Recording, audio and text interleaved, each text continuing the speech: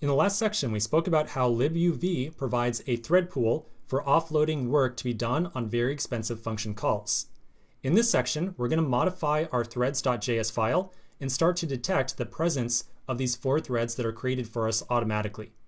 So I'm going to go back over to my code editor where we have our 2 calls to pbk df2.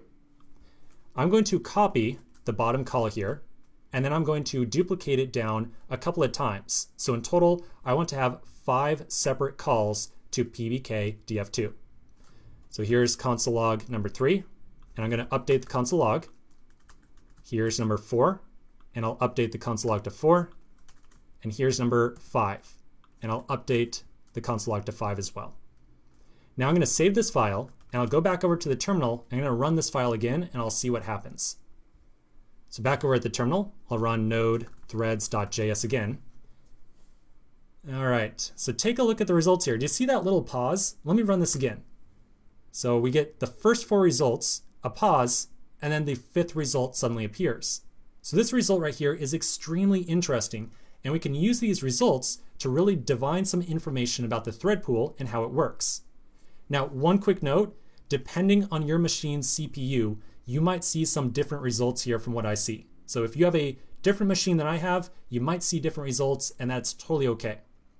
Let me explain to you what's going on with my computer, and then you can kind of extrapolate what's happening to your own machine as well. So let's take a look at a diagram that's going to help explain what's going on. All right, here we go. Okay, so again, the first 4 calls took 2 seconds to complete, and then the 5th call took 1 additional second. There's really 2 interesting things to note here. First, notice that the first group up here all took the exact same amount of time, and it took roughly double what it had taken previously. So previously it took 1 second to get through the 2 calls, but now it appears to be taking 2 seconds.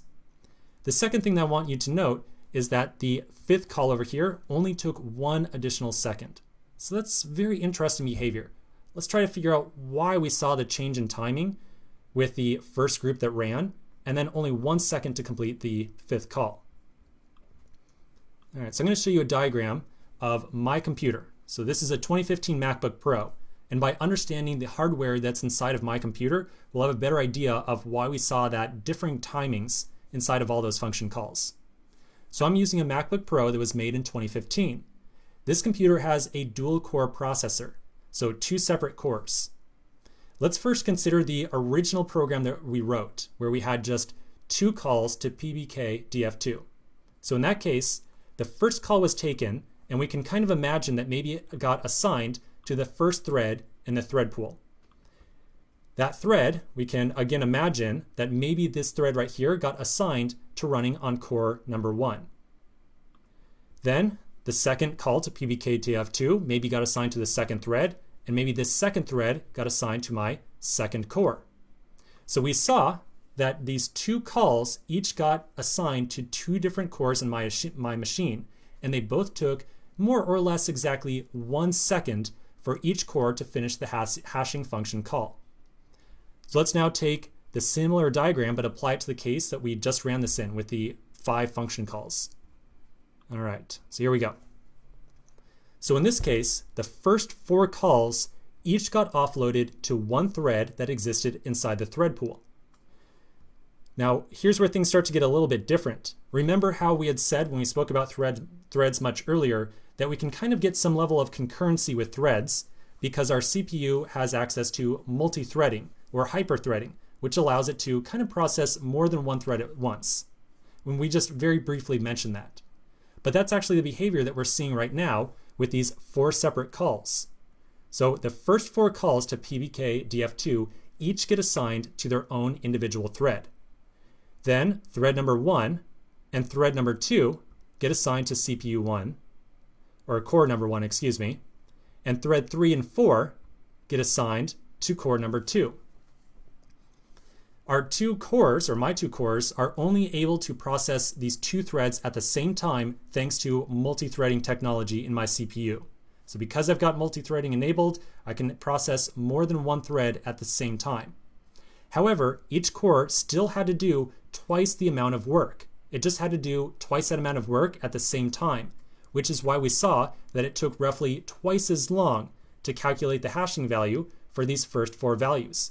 Because at the end of the day, even though I have multi-threading enabled, all that enables my CPU to do is process more threads at once.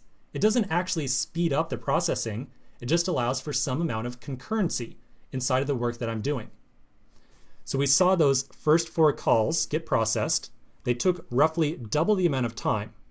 And then once that was all complete, and those first 4 tasks were done, oops, let's undo that. Then Node was able to finally move on to the 5th function call. So maybe that one got assigned to thread number 4, and then thread number 4 maybe got assigned to core number 2. And because now core number 2 was only processing 1 hashing function call, this time around it took only 1 second.